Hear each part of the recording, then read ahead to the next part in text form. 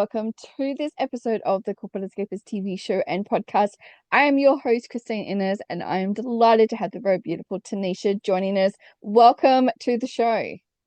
Hi, thank you for having me today. I am so excited. So, this is our last episode for 2024. So, I know that we're going to have some epic conversations here today, and yeah, just obviously, share about your journey and, what you do. Before I get carried away, my friend, I'm going to get you to introduce yourself Y- to our audience. Yeah, hi everyone. So I'm Tanisha. I'm a women's wellness empowerment coach, and I work with women who are experiencing burnout, typically the overachiever who's looking to reclaim their health and fall back in love with themselves through mindfulness, wellness, food, lifestyle technique changes, and also inner child play, focusing on play and just how to have more joy inside of your life. Hmm. I mean, what a conversation to end the year with, because I mean, who is not feeling that tired, exhausted, probably a little bit of frustration too? Like, I haven't achieved all the goals that I've wanted to do. You know, what are some of the most common things that you see when women come to work with you? Yeah, so some are definitely being tired with their boundaries. So not setting enough boundaries with their spouse or with their job, and a lot with themselves too. They say that they'll go for the walk in the park and they don't do it. So it's honoring, learning how to honor back yourself. I find the most with women. Some are the food lifestyle changes, but I really find it's a lot of learning how not to let the shame and guilt like ruin our lives. Mm. Shame and guilt were two of my best friends for quite a long Mine too. time. Yes, they literally lived on my shoulders. And I think as women, we hold that so deep as well. And it's very hard for us to release it because there's so much societal pressure around us as well. Absolutely. Yeah, there's women, they face so much. And not to say that men don't have their own issues, but we are normally the caretakers, taking care of everyone. And to try and take care of ourselves on top of it, it's a big job. Mm. And I find that that's why community is so important. Me, myself being a wellness coach, like being there for women to walk them through these journeys of like, well, how can you release this shame? And I come from a social work background, working in foster care, working in school mental health consultant. So I have that clinical part. But what I found the best is like people need small, sustainable habits. And that's always the best. So, if you can't drink 100, 100 ounces of water, let's start with 32 right now. And that's okay because that's what you have the capacity for, but we're going to build you up because you need more hydration, ladies. Like that's usually number one, right? And so I'm like, okay, let's see how we can do that. And let's have more of a conversation as to like, what are these trigger points and traumas that are holding you back from really stepping into your power? Yeah. Oh, I love that so much. Because I think so many times, like, we aim for, I mean, there's like the inner perfectionist, and I know that is still within me. I don't think you can Yeah. ever let go of it as such. Like, it's Yeah. a natural habit, or, whatever you want to call it, within oneself. But trying to learn, have a little bit more ease and grace within yourself as well is probably the easiest way to sort of Mhm. release that habit or that trait within yourself. Yeah, absolutely. It's the grace. That's probably my favorite word out of what you just said. Like giving yourself that it's okay. It's Mm. okay. Even if you did fail at something that you thought would be amazing, even in business or in your life, like it's all right. No one gets it right on the first try. That's what life is about. And it's Mm. understanding that because I've definitely been a perfectionist, overachiever. And that's where too much stress comes into my life. It's like, okay, well, this didn't work how I wanted it to, but maybe it wasn't supposed to as well either. And how can I just make it more easeful, like you said, to be able to achieve the things that I want, but with balance and with grace. And that's the most important part. Balance and grace. I mean, a lot of people think that, you get up, I mean, I know myself, I go through months where I'm good, months where I'm not so good with it. But then I also look at what I've got on my plate too. And a lot of people don't actually accept that they have a lot going on. And like you're saying, balance is not always 50-50 either. Right. Yeah. It's like, what's the equation for you that works? Because no woman is the same. That's the biggest thing I've learned. Because I even help women with their periods, with their cycles, and like, do you see cycle? Because every week every hour sometimes. Like women aren't the same. So how can you, one, expect to compare yourself to a man? We can't. We're on 28 days to 31 days. So when if someone were, let's just say working with me, right? Like we first would look at that. Like, what does your period look like? How heavy are they? How do you feel during certain weeks, your follicle phase, during when, your ovulation phase? And then now how can we match that up with your business or your job? Because Mm, then you can know like maybe this week is a paperwork week and then the next week is networking and meetings.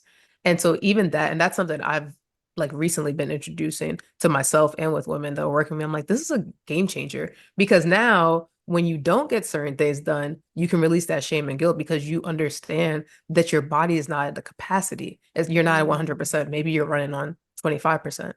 So those yeah, tasks that you mentioned, like you can't get all those done. And that's okay. Now you can be like, oh, I understand why, you know? yeah.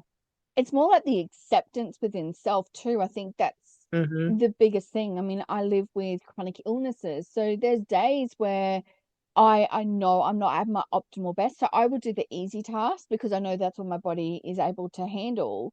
Whereas Yeah. other days when I'm feeling like absolutely amazing, I will smash stuff out. Like it's crazy. I'm like going, and I'm like, oh, why haven't I been able to do that last week? Oh, that's why. It's the whole Yeah. acceptance of where we're at. Absolutely. And using, I consider them all as tools, understanding having the right herbs and the right foods to eat to help you Mm, get through. We need a lot of iron, have those pumpkin seeds, the spinach and the kale. And that's the beautiful work about what I do with helping women with burnout. It's not just about like, well, let's do this clinical side. Like we're really incorporating everything holistic, even down to showing you how to make your own like anxiety sprays for when you feel those panic attacks coming up and making tinctures to help yourself if you feel yourself getting more sick easily. No, it's mm, really that reclaiming your health and just showing like, okay, I can do everything, but within time. And it's okay if it mm, takes you a little bit longer versus the other person, because everyone's in their own race. Oh, I love that so much because I think as women we also compare ourselves so much Oh my to God, yes. everybody else. I mean, Ugh. like it doesn't matter even how much mindset work or coaching I've done, I still Mhm. compare myself. Yeah. It's tough. It's tough. Yeah. And I mean, I can't say I don't know who taught us that way, but society in a way, it's like, Mm, what does she have? What does she have? And how can I be like this? And it's like, well, what do I like about myself and what am I okay with? And can I just accept mm, who I am and where I am at this point? And this has been a lot of work I've done on myself, like the failures and accepting things and not being at certain points in my life where I would love to be, but maybe my body can't handle that too right now. Like I'm at the capacity to be able to fill that space and be yeah. that guide for people in certain ways too. So and taking the breaks I found are immensely important. Like you have to Mm, take a break away from everything, whether that is going to a different city, taking a hiking trip. We need to be able to break up the monotony. It's so great. I literally just did a podcast episode on this. Like just the stagnation is what deals with the yeah. burnout and brings it up so much. Like Yeah. your day in, day out, same thing, and not giving yourself to really live. Like life is meant to be lived and enjoyed. And Mm, so, how do we do that? Sometimes you need to go away. And it doesn't mean that you have to take a luxurious trip either, although I'm all for that. But literally, it could be something small and something budget friendly too. And it'll shake you mm, up and you'll really understand yourself even more. mm. It's been a really interesting, like the last couple of years. So I'm a grandma now, so I've got two grandbabies, and Oh, I had them over on the weekend, and it's so much interesting that I just, some days I would sit back and watch and observe, but I really got in there and we were playing hide and seek from the bears and stuff like that. Like I mean, it was it's silly little things, but then afterwards, I actually got so much work done because I had had that play time. And it's mhm. almost like you're releasing, like you're saying, that inner child within yourself. I'm like, I don't know, it's still something inside ourselves, I think, that we need to fulfill Yeah. on a deeper level. Absolutely. We forget about that inner child. I know I have, when we become adults, like I gotta be serious. I gotta let go of the cartoons, the games. And who told us to do that? We make these decisions within ourselves, Yeah. right? To not do whatever brought you joy as a little girl. Mm, I always tell clients like tap back into that. I don't care if it's pottery, if it's dancing, you like to color, look at the clouds. we all did these type of things as kids and it lit us up inside. And no one Mm, told us to stop doing it. It's just that when the bills and the life started life and it was like, I don't know if I should or if I could. And that's letting go of that guilt and shame, right? To yeah. just be, it's okay. If this brings me joy, it's fine. If I want to Mm, go ride my bike for 2 hours and then I can come back, have that break in my day and then do work, that's what suits me and my needs. yeah. It's interesting because also I'm in the menopause stage, so my body has changed immensely, and I'm needing my I call them my nana naps like during the day because I'm tired and like so much more easily. But it's also like you're saying that giving myself grace, actually allowing myself to recognize the signs. I think that's another thing that women we push through thinking we have to Mhm. keep going, whereas now to recognize the signs and to actually give myself permission to take a nap. Yeah, even I tell people if you got to put in your calendar, your daily nap at a certain Mm, time, block it off. That's really showing yourself the utmost love because now you schedule your meetings, you schedule your dates, put those times in. So now you see it and alarms going off. So like that's a small, simple step that anyone can do. If you say like mm. every Wednesday I want to take a nap and then every Thursday I want to take a walk, put that block in your calendar so nothing overrides it. Yeah, oh, I love it. What would you say for, I think a lot of women sometimes don't recognize the signs of, they think, oh, I'm just tired, I just need more sleep, or, they'll say stress, but I think stress is a word that's overused so much in our in every culture with it. Mhm. But how can somebody recognize the true signs of burnout?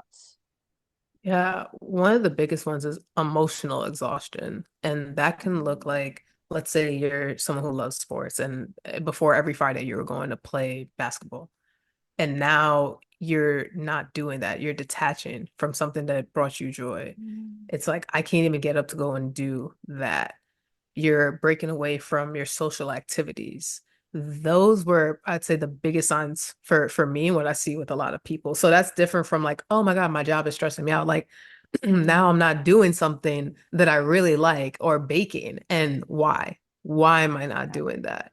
If that yeah, really supports me in this season, that's the mm, biggest thing that pops up the most with burnout. yeah, Um, and obviously like that I feel that overachieving really does play a part with burnout. Like I just got to keep going, keep pushing through things. It's I don't know why, but it's just something like I can't stop. It's almost like if I stop, then that's when the world is going to come crashing down. Like you almost know it. So I can't do that because I can't deal with yeah, my feelings, my emotions, and what's going to come up.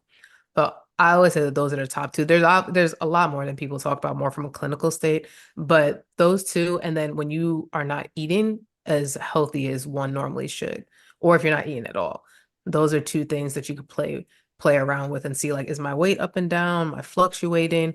Am I mm, going more for the chocolate? Am I going more for, the potato chips? Because that equals usually to stress. If you're having more sugars, that's loneliness. Like everything has an emotional attachment to it. So yeah, those are things that I feel that women should be really hyper vigilant about within themselves. Like look at it. Keep a food log journal too. Those are helpful. yeah, absolutely.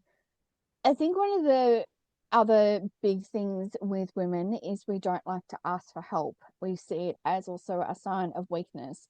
I mean, obviously, in the area that do you think that we're waiting too long to ask for help to come and work with a coach such as yourself? Absolutely. Yeah, a lot of times by the time they get to me, it's like that last resort. And Mm, even then, sometimes they're not ready to make the investment in themselves to get better. They're like, oh, I don't mm, know if I could do this. Maybe I should just like change a little couple things here and there in my life. But I'm like, clearly that hasn't been working either. And so, yeah, it's just, it takes a lot. It takes a lot to yeah. put your ego to the side to ask for that help. And so, what I do the most when I have a consult is like just create that space, like let it all out. And then let's see, what we can do for you from there. And that's probably the biggest support that I hear a lot from people who work with me. Like, I just make a safe environment. And they're like, I wouldn't have told anybody this. Like, Mhm. that's what it's here for, Yeah, but you allowed yourself to hop on that call first.